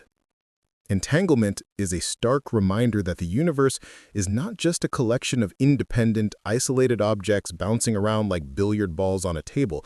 It is a deeply, fundamentally interconnected web where separateness, where independence, where the boundaries between here and there might sometimes be an illusion. A convenient fiction we tell ourselves, an approximation that works in everyday life but breaks down at the quantum level. Two particles, once entangled, once brought together and allowed to interact, remain forever part of a shared whole, a unified system, defying our deepest intuitions about space and locality. The physicist John Bell, whose theorem proved the reality of entanglement, once said that anyone who isn't shocked, who isn't deeply bothered by quantum mechanics, hasn't properly understood it. And entanglement is the most shocking part, the most philosophically challenging aspect. It suggests powerfully that, at a fundamental level, the universe is non-local. Events at one location can be instantly correlated with, can be instantly connected to events at another location without anything physical traveling through the space between them. It's not just that we can't measure the signal. There genuinely is no signal. The connection is built into the structure of reality itself. And this spooky, instant action isn't just a curiosity for physics papers. It's now the bedrock, the foundation of revolutionary new technologies being developed right now. Number 1, quantum teleportation. Not Star Trek-style teleportation of matter, not beaming people around, sorry to disappoint, but the real, demonstrated, working transfer of a quantum state from one particle to another across potentially vast distances. Scientists have already successfully teleported quantum states of photons and even atoms over significant distances using entanglement as the key ingredient. This could become the foundation of a future quantum internet. Number 2, quantum key distribution, a method of ultra-secure communication that uses entangled particles to create and distribute encryption keys with absolute, guaranteed privacy. Here's the beautiful part. If an eavesdropper, a spy, tries to intercept and measure the entangled particles during transmission to steal the encryption key, the act of measurement immediately, unavoidably, disturbs the entanglement. Both legitimate parties instantly know their communication has been compromised because the correlations will be wrong. The laws of quantum mechanics themselves guarantee security. Banks, governments, military organizations, intelligence agencies are already experimenting and deploying QKD for truly unhackable communication. Number 3, quantum computing. As we discussed with qubits, entanglement between qubits is what allows quantum computers to be linked in complex, powerful ways, enabling them to perform certain calculations exponentially, dramatically faster than any possible classical computer. Entanglement is what gives quantum computers their truly revolutionary computational power, their ability to solve problems classical computers couldn't solve in the lifetime of the universe. Some cutting-edge researchers, some of the most brilliant theoretical physicists working today, even propose something even more radical, more mind-bending, that entanglement isn't just a quirky feature of quantum particles dancing through space. It might be the fundamental glue, the actual fabric that holds space-time itself together. Physicists like Juan Maldacena, Mark van Ramsdonk, and others working on quantum gravity and string theory suggest that space-time, the very geometry of the universe, the stage on which everything plays out, might emerge from, might be built from, networks of quantum entanglement. If this wild, speculative, but mathematically compelling idea is true, if it holds up, then entanglement isn't just a particle trick, isn't just weird quantum behavior, it's a fundamental organizing principle of reality itself. Space, distance, separation, the three-dimensional arena we live in, all of it might be an emergent phenomenon and a large-scale approximation built on deeper quantum connections. In a universe of vast, empty distances and cold, dark voids stretching between stars and galaxies, entanglement is the silent, invisible, instantaneous echo of togetherness, of connection, of unity. It's a profound reminder that at the smallest, most fundamental scale, everything is linked. Everything is connected in an unshakably real, experimentally verified way. You and I, the Earth and distant stars, particles born in the Big Bang 13.8 billion years ago, all of it potentially connected, intertwined, entangled in ways we're only just beginning to understand, to map, to harness. But if particles can be mysteriously connected across space, defying distance, wait until you see what they can do with barriers that should be impossible to cross. Because in the quantum world, walls, obstacles, boundaries aren't always solid. In the world of everyday objects, the familiar classical realm, walls and barriers are simple, absolute, non-negotiable. Throw a baseball at a brick wall, and if the ball doesn't have enough kinetic energy to smash through, to break the bricks, it bounces off. Hard stop, simple, predictable, end of story. The universe says, no, you can't pass, and the ball obeys the laws of classical physics, respects the barrier. But in the quantum world, this absolute obedience to hard boundaries, to impenetrable walls, takes a holiday, goes out the window. In this strange, counterintuitive realm, a quantum particle can approach a barrier, a wall, an obstacle, can clearly, measurably not have enough energy to climb over it or smash through it, and yet still, mysteriously, impossibly, show up on the far side. It doesn't break through violently. It doesn't climb over. It doesn't squeeze through microscopic cracks or find secret passageways. It simply appears on the other side of the barrier, as if the obstacle, the wall, wasn't quite as solid, wasn't quite as absolute as it looked, as if reality itself is softer, more permeable than we thought. This is quantum tunneling, and it's not a theoretical curiosity, not a mathematical abstraction, not science fiction speculation. It is a real, measurable, everyday phenomenon that is absolutely fundamental to how the universe works at every scale imaginable, from the subatomic to the cosmic. And it all comes down, once again, to probability, to the wave function, to the fact that particles aren't solid little balls, but spread out clouds of possibility. We know from Schrödinger's equation that quantum particles are described by wave functions, mathematical expressions representing spreads of probability across space and time. Now, imagine a particle approaching a potential barrier, a region of space with higher potential energy than the particle possesses. Think of it like a hill, a mountain. Classically, if the particle, imagine it like a rolling ball, doesn't have enough kinetic energy to roll up and over the hill, it stops at the bottom, rolls back down. It can't proceed. The hill is an absolute barrier. End of story.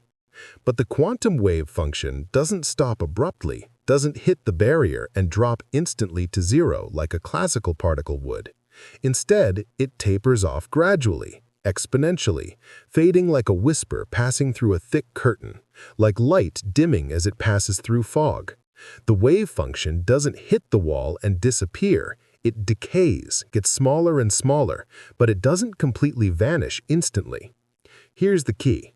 If the barrier isn't too thick, if the hill isn't too wide, that whisper, that faint, exponentially decaying tail of the wave function can make it through to the other side. A small, faint part of the wave function stretches beyond the barrier, exists on the far side. And since the wave function, remember, tells us the probability of finding the particle in a certain location, this means that even beyond the wall, beyond the barrier that should be impossible to cross, there is a small but crucially, importantly, non-zero probability that the particle will simply appear there, will be detected there, will exist there. The particle didn't climb over the barrier like hiking over a mountain. It didn't smash through like a wrecking ball. Its wave function tunneled through it, leaking through the barrier like water seeping through a dam, and the particle followed its probability.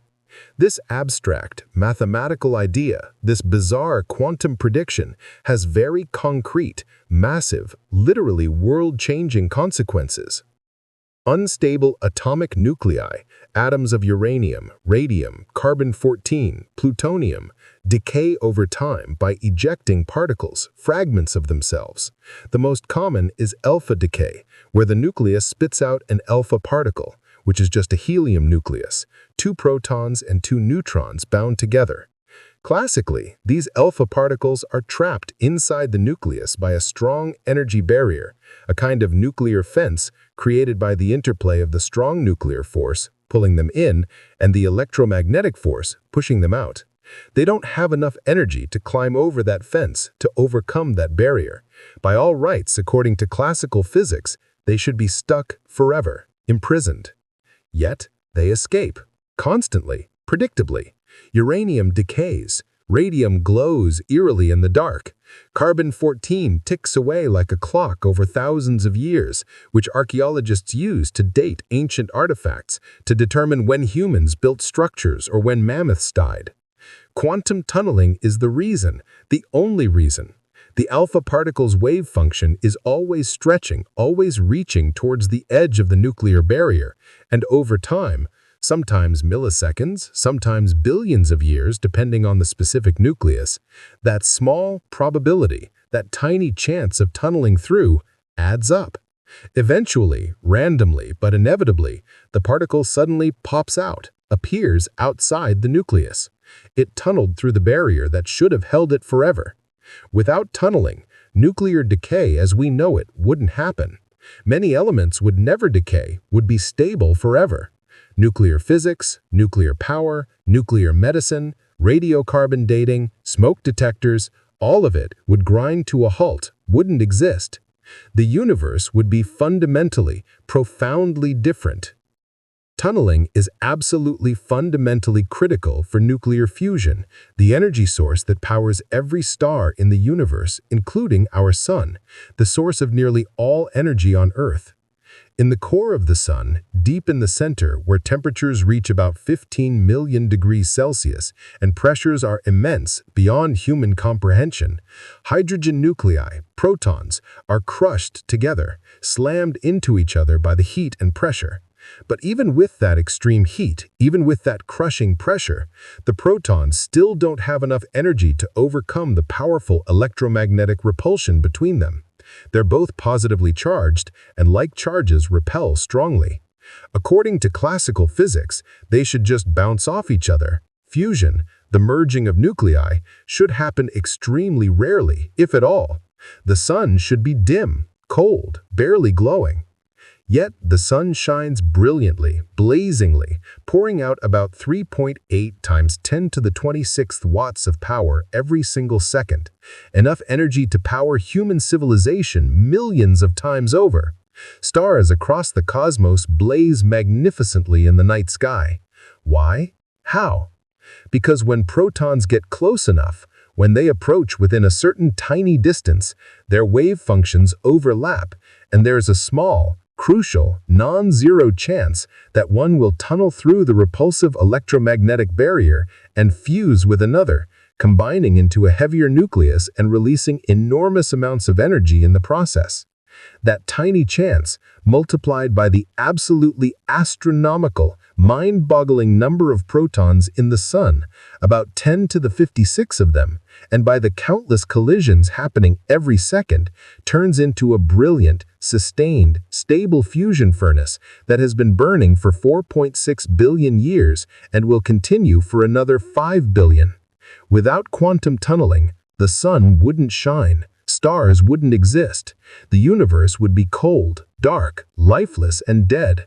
No stars, no planets warmed by starlight, no photosynthesis, no life.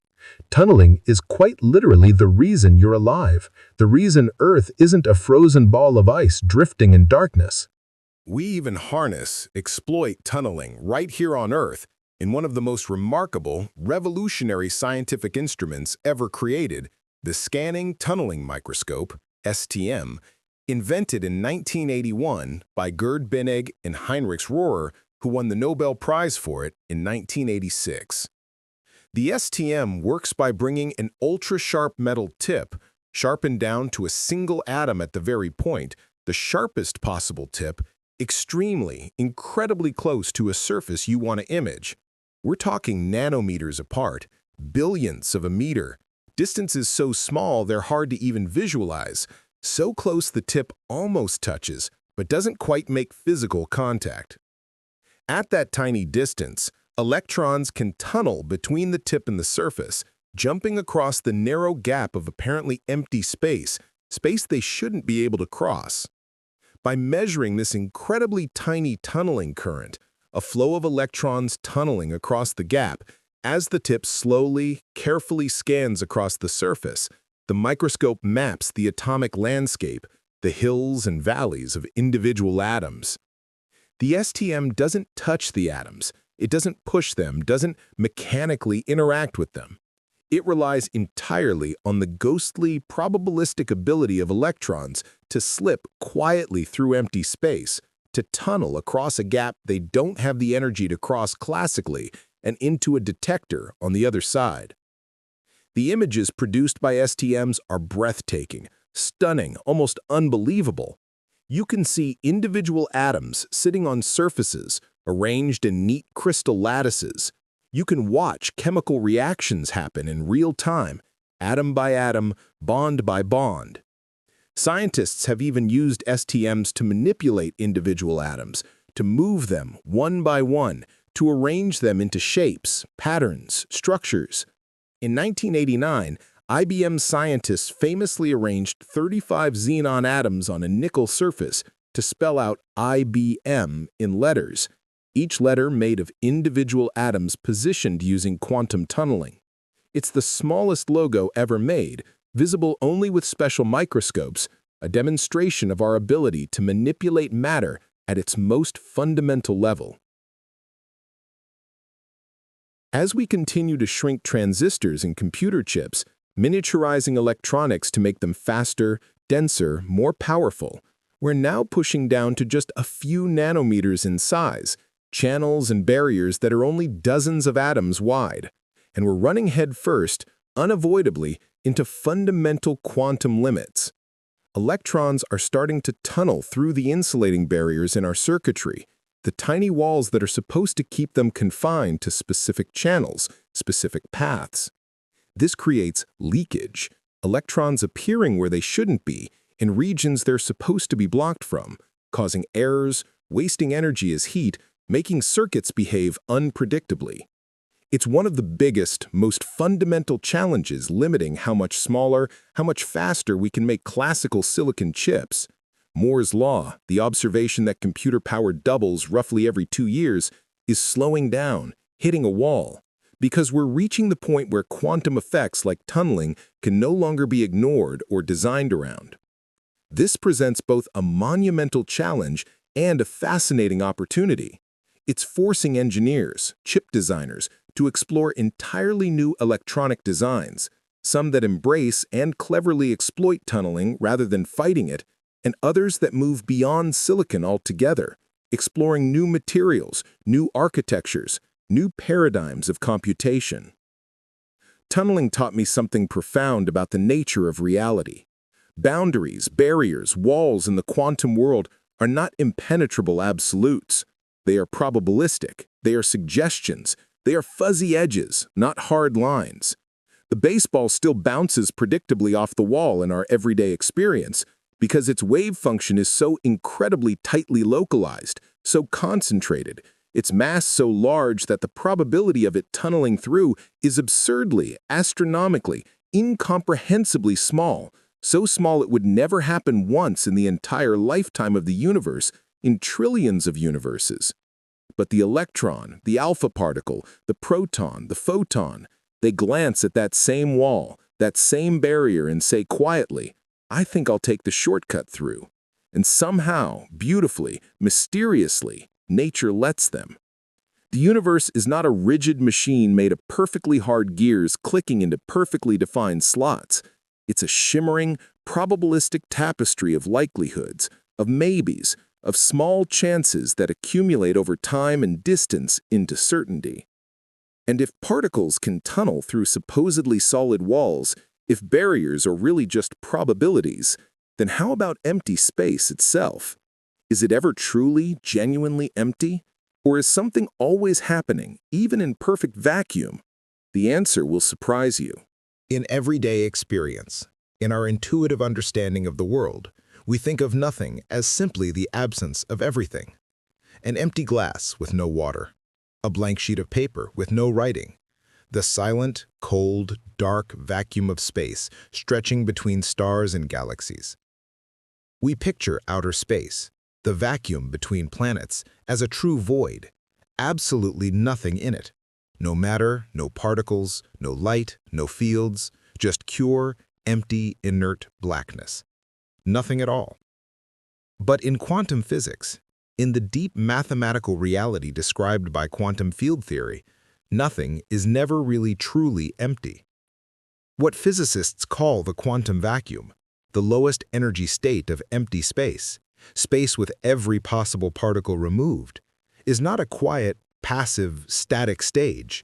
It's restless, it's jittering, it's energetic.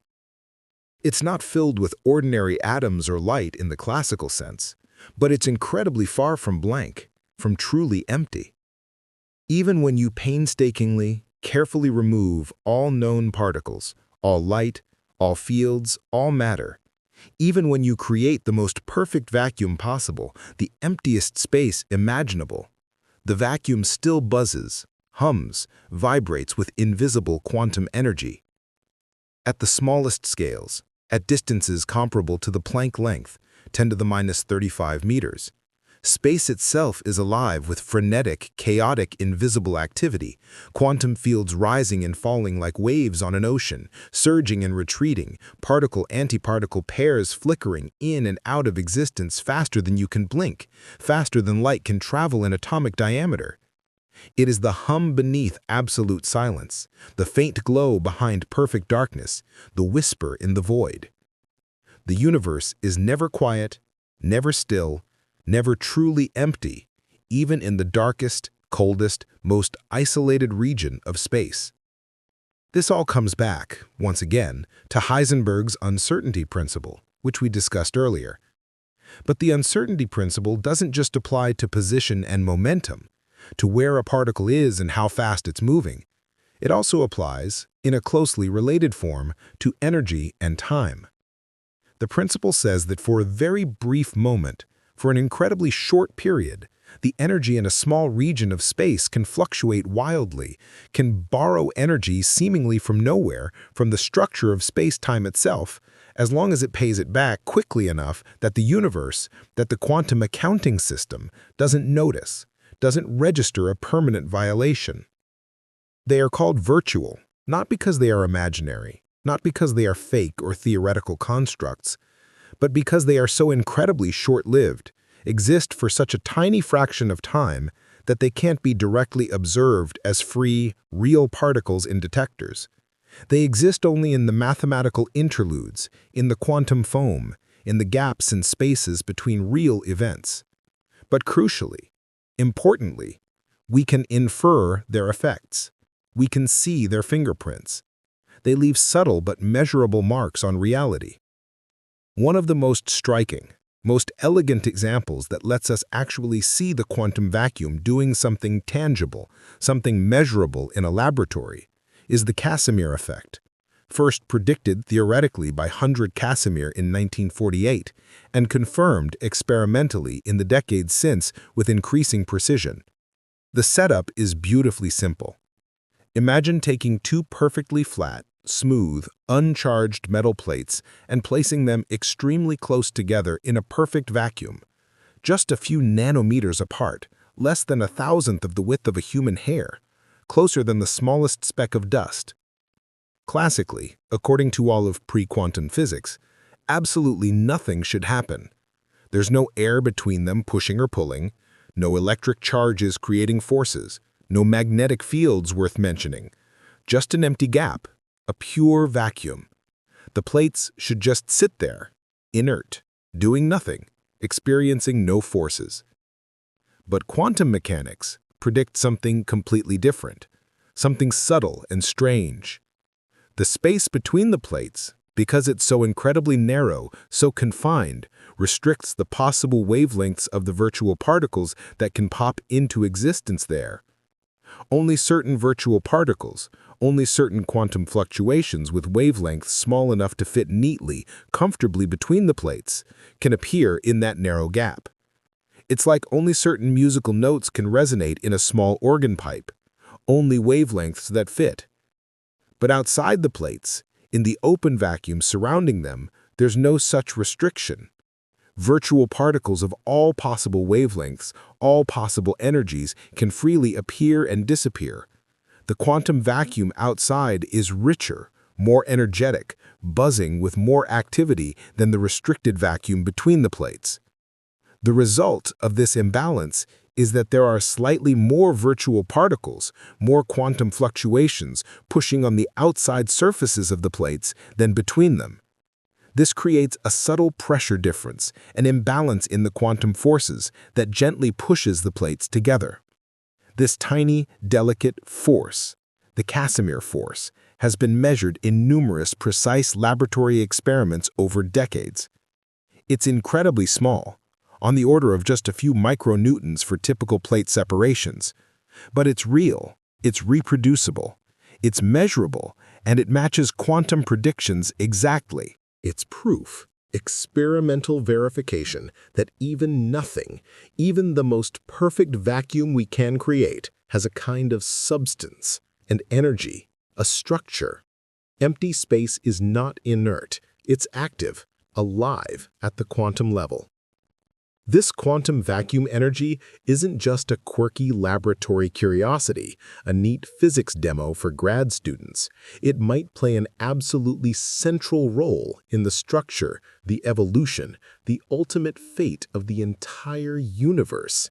In cosmology, in our attempts to understand the large-scale structure and history of the cosmos, the energy density of empty space, this omnipresent quantum vacuum energy, is thought to be a leading candidate, perhaps even the only viable candidate, for dark energy, the mysterious, invisible force responsible for the accelerating expansion of the universe. Observations of distant supernovae in the late 1990s revealed something completely unexpected, something that shocked cosmologists. The universe isn't just expanding, growing larger over time. It's expanding faster and faster, accelerating.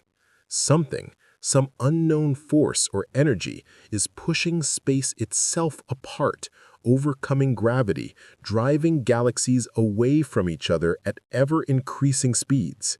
If the quantum vacuum really is buzzing everywhere with energy, if every cubic centimeter of space contains this irreducible quantum energy even when empty of matter and light, that energy would have gravitational effects on cosmic scales. According to Einstein's general relativity, energy curves spacetime, and vacuum energy would act as a kind of repulsive force, a negative pressure, pushing space apart rather than pulling it together like normal matter does. There's a colossal problem, though, and it's one of the biggest, most embarrassing, most confounding unsolved mysteries in all of theoretical physics. When physicists try to calculate the expected energy density of the quantum vacuum using quantum field theory, using our best, most successful theories of particles and fields, the numbers that come out are catastrophically, absurdly, incomprehensibly wrong. They're off by a factor of about 10 to the 120. That's a 1 followed by 120 zeros. 100 quintillion, quintillion, quintillion, quintillion, quintillion times too large.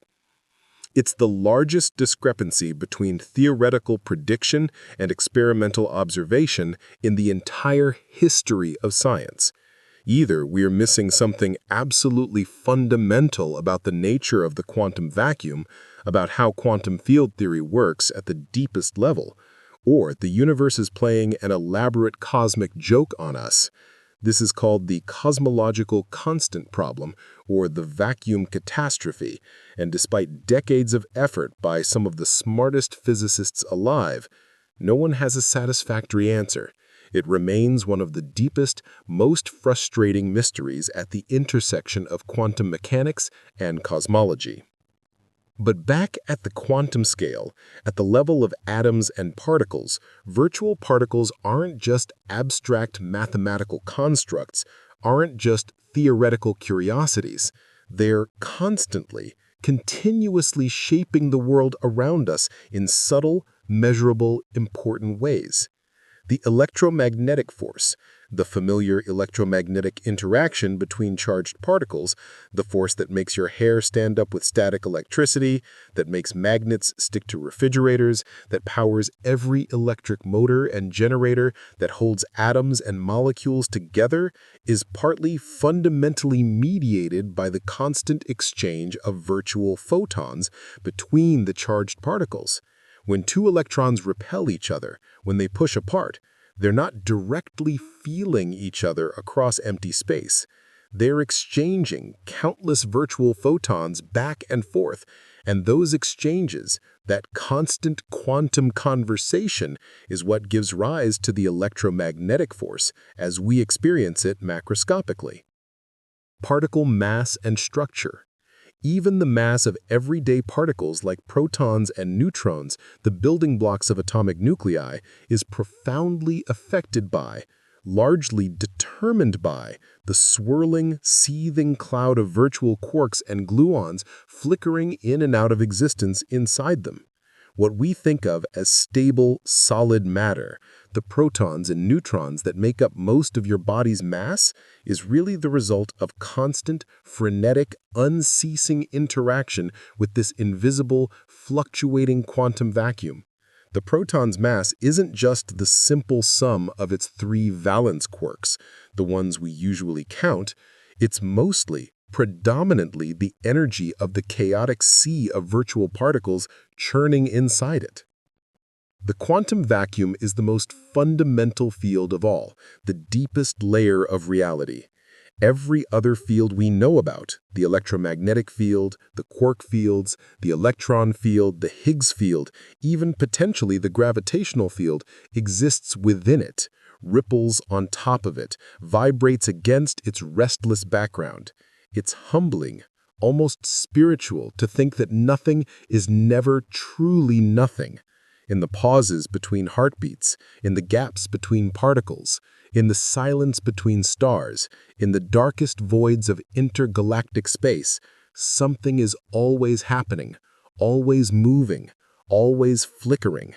The vacuum hums, the fields vibrate, particles appear and disappear. Reality dances to a deep quantum rhythm we've only just begun to hear, to understand, to describe mathematically. And if even empty space is alive with invisible energy and activity, what happens when we try to pin down reality by looking at it, by measuring it? What happens in that crucial, mysterious moment of observation? That's where the deepest mystery, the hardest problem in quantum mechanics lies. We've traveled far together through the quantum realm. From Planck's desperate energy packets to Einstein's photons, from the double-slit's watching particles to Schrödinger's probability waves, from Heisenberg's uncertainty to superposition's blended states, from entanglement's spooky connections to tunneling's impossible shortcuts, from the humming quantum vacuum to the mysteries of measurement and collapse. You now understand that energy comes in discrete packets, that light is both wave and particle, that observation fundamentally changes reality, that particles exist in superposition until measured, that entanglement links particles across space instantly, that tunneling allows particles to pass through barriers, and that even empty space buzzes with quantum energy. But more importantly, you've learned a new way of seeing. The universe is not a rigid machine, but a dance of probability and potential. Uncertainty isn't a flaw. It's what makes atoms stable, stars shine, and quantum computers possible. Randomness isn't chaos. It's the engine of creativity and variety that powers evolution and enables the universe to surprise itself. Every moment you're alive, every breath you take, every thought you have involves trillions of quantum events. Wave functions collapsing, particles tunneling, fields vibrating. You're not separate from the quantum world. You're made of it. The fields humming in your atoms have been vibrating since the Big Bang, passing through stars and seas and countless forms before becoming you. In you, the universe has become aware of itself. You are quantum fields arranged in a pattern complex enough to contemplate quantum fields. You are the universe dreaming, observing, measuring, creating reality moment by moment. Quantum mechanics doesn't just describe particles and forces. It reveals something profound about existence itself. Reality at its core is open, flexible, fundamentally uncertain. And that uncertainty, that openness to possibility, is what makes everything possible. If this journey through quantum strangeness opened your eyes to how beautifully weird reality is, watch the next video now. Because if quantum mechanics is strange, wait until we explore its connection to the biggest mystery of all: consciousness. Is your mind quantum? Can thoughts exist in superposition? What's the relationship between observation and awareness? Click now because the next mystery might be you.